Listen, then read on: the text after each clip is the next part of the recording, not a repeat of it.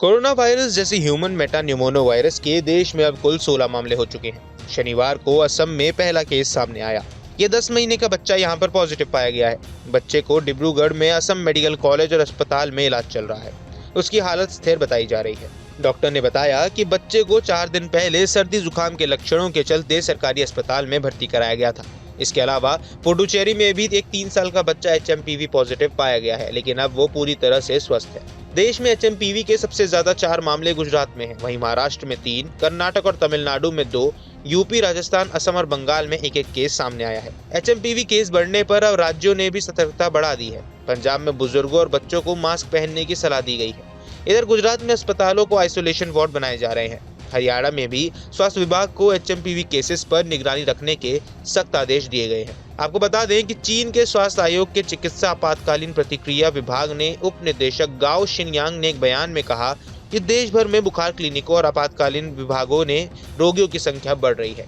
हालांकि पिछले साल भी इस अवधि की तुलना में अभी आमतौर पर कम है। उन्होंने कहा कि चिकित्सा संसाधनों की कोई स्पष्ट कमी नहीं है। वहीं आयोग के प्रवक्ता हु किंगयांग ने कहा कि जनवरी के मध्य से अंत तक देश भर में फ्लू के संक्रमण में धीरे धीरे कमी आने की उम्मीद है। बता दें कि एचएमपीवी के लिए कोई टीका या दवा उपलब्ध नहीं है। वैज्ञानिकों ने इसे वायरस से बचने के लिए सावधानी बरतने की सलाह दी है। एचएमपीवी के लिए फिलहाल कोई वैक्सीन या दवा नहीं है। हालांकि यह आमतौर पर गंभीर बीमारी का कारण नहीं बनता है। कमजोर इम्यूनिटी वाले मरीजों को सावधानी बरतने की सलाह दी जाती है। चीन से आई ये खबर राहत देने वाली है कि एचएमपीवी के मामलों में गिरावट हो गई है। ये दिखाता है कि बेहतर परीक्षण और जागरूकता से इस वायरस को नियंत्रित किया जा सकता है। हेल्थ एक्सपर्ट्स का मानना है कि समय पर सावधानी और उपचार से एचएमपीवी के प्रभाव को सीमित किया जा सकता है। वहीं दुनिया भर में बढ़ती चिंताओं के बीच चीन ने एक राहत की खबर दी। चीनी स्वास्थ्य अधिकारियों ने रविवार को बताया कि फ्लू जैसे लक्षणों वाले ह्यूमन मेटान्यूमोनो वायरस यानी एचएमपीवी के मामले में अब उत्तर चीन के प्रांतों में गिरावट नजर आई है।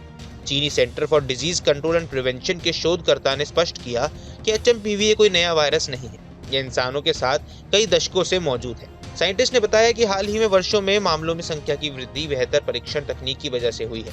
उन्होंने कहा कि फिलहाल एचएमपीवी के मामलों की पॉजिटिव दर घट रही है। खासतौर पर उत्तर चीन के प्रांतों में 14 वर्ष से कम उम्र के मरीजों में मामला संख्या कम आना शुरू हो चुका है। तो एचएमपीवी के लक्षण और खतरों के बारे में जान लेते हैं। एचएमपीवी एक सामान्य श्वसन वायरस है जो आमतौर पर हल्के फ्लू जैसे लक्षण पैदा करता है।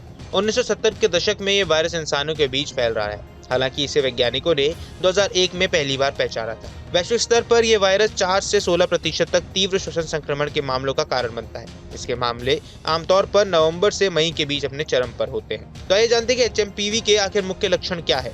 हल्का बुखार, खांसी, नाक बहना और सांस लेने में कठिनाई होना।